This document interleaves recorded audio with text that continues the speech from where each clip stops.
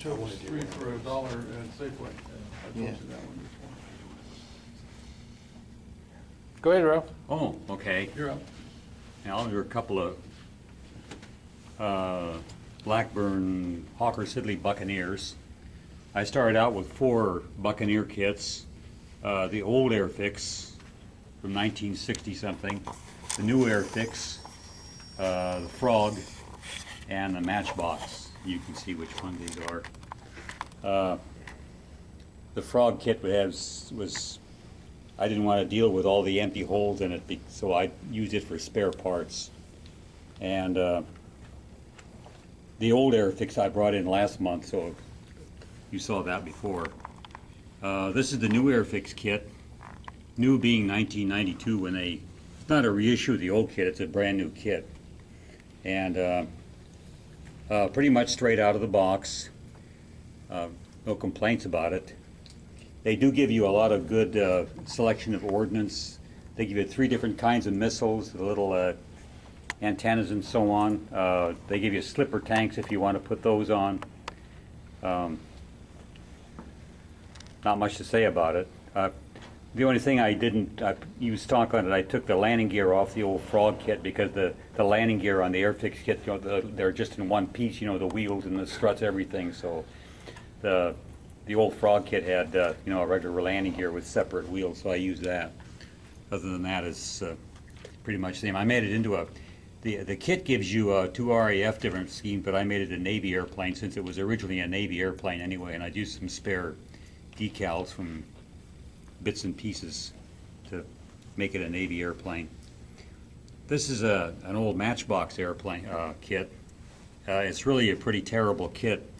The fuselage halves, instead of being, most of the other kits are, they have a top and a bottom half. That takes care of the engine pods. Well, for some reason, the Matchbox kit, they have a left and right fuselage, except they made the tail cone top and bottom where the other tail cones are left and right, because that's the way the tail cone operates. It opens up like that. They use it as a speed brake. And one of my big complaints about it's kind of hard to build because you have to assemble the engine pod separately, and there's 5 pieces in each engine pod. The wings don't have any pylons or armament or anything, and the wings also don't have the vortex generators on the leading edge, which is a pretty prominent feature on a Buccaneer. So I wound up using the wings out of the Frog kit because it has the pylons and the vortex generators. And the only thing both of them, of course, I had to they don't have much in the line of cockpit. If you want any kind of a cockpit interior, you got to make it yourself. They got a couple of seats, and that's about it. One of them has a half-ass instrument panel. And my only complaint about the Airfix kit, the refueling probe was the wrong shape, and it was too small, so I had to make one. I swiped the nozzle out of another kit I never built, and that's about all I've got to say about them. Caution: they reissued the old Matchbox kit. It's got the heavy panel lines and everything. Revell of Germany, and then they reissued it again as a Desert Storm Buccaneer. And it's the same old crappy Matchbox kit. They didn't do anything in it except quadruple the price on it. And there's an article I read about converting it to a Desert Storm or a Gulf War. And there's a lot of things you have to do to the Buccaneer to make it. You have to clip the wings and a few other things. So if you have an unsuppressed desire to build a Buccaneer, why you would, I don't know, but. I'd go with the Airfix kit. It's a much better kit, and they reissued the Airfix kit, but they put on the additional stores and stuff and ECM pods that the Gulf War Buccaneer has. So this is a South African 24 Squadron, and I used the decals out of the old Frog kit, and the decals kept coming apart in the water, and I had to take a toothpick and put them all together again. And some of them you can see where they broke apart, but I guess old decals, you can expect that.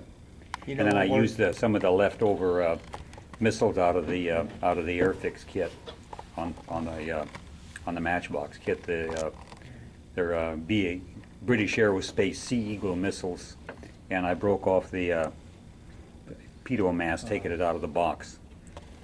And You know, it works well on the old decals, the ones that start to fragment when they get wet. yeah, Before you spray them, or before you soak them, spray them with some of the decal film, clear decal film spray, Bonder. the bonder. I know and what that you mean. Yeah, I didn't have any. Yeah. I had to use clear clear gloss. gloss will work too. Yeah, but I yeah. didn't do that with these, and I should have. I thought I took a chance on it, and Yeah. luckily they weren't too bad. I managed to put them all together. I had that problem on my Miss Budweiser kit. I did put one decal in to get wet, and it just, and so I decided to spray the rest of the sheet before I continued. It And worked I out did. pretty well. I had some regular. The only thing I found with that stuff, I use warm water to get the decals to separate from the sheet. And if you use warm water and you've got that decal preservative stuff or clear lacquer on them, then they tend to curl up when you take them off the sheet. So I try to avoid using it. I haven't had that problem. Not with the testers. Of course, I don't Decal use bonder. really warm water either. I use I use normally I use tap warm water. cooled. No. Yeah, mediocre, and just let it sit Yeah. in there They use hot water. a little longer. Really hot. Oh.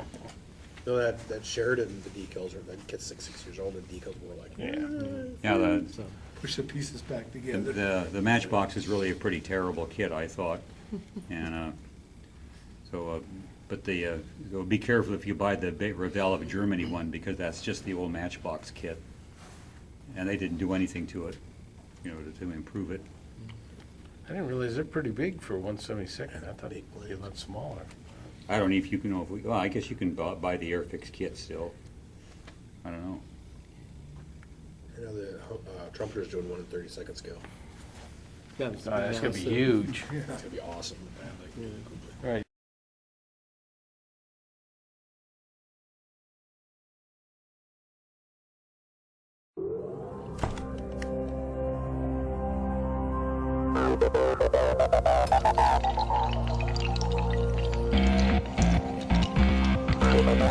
you.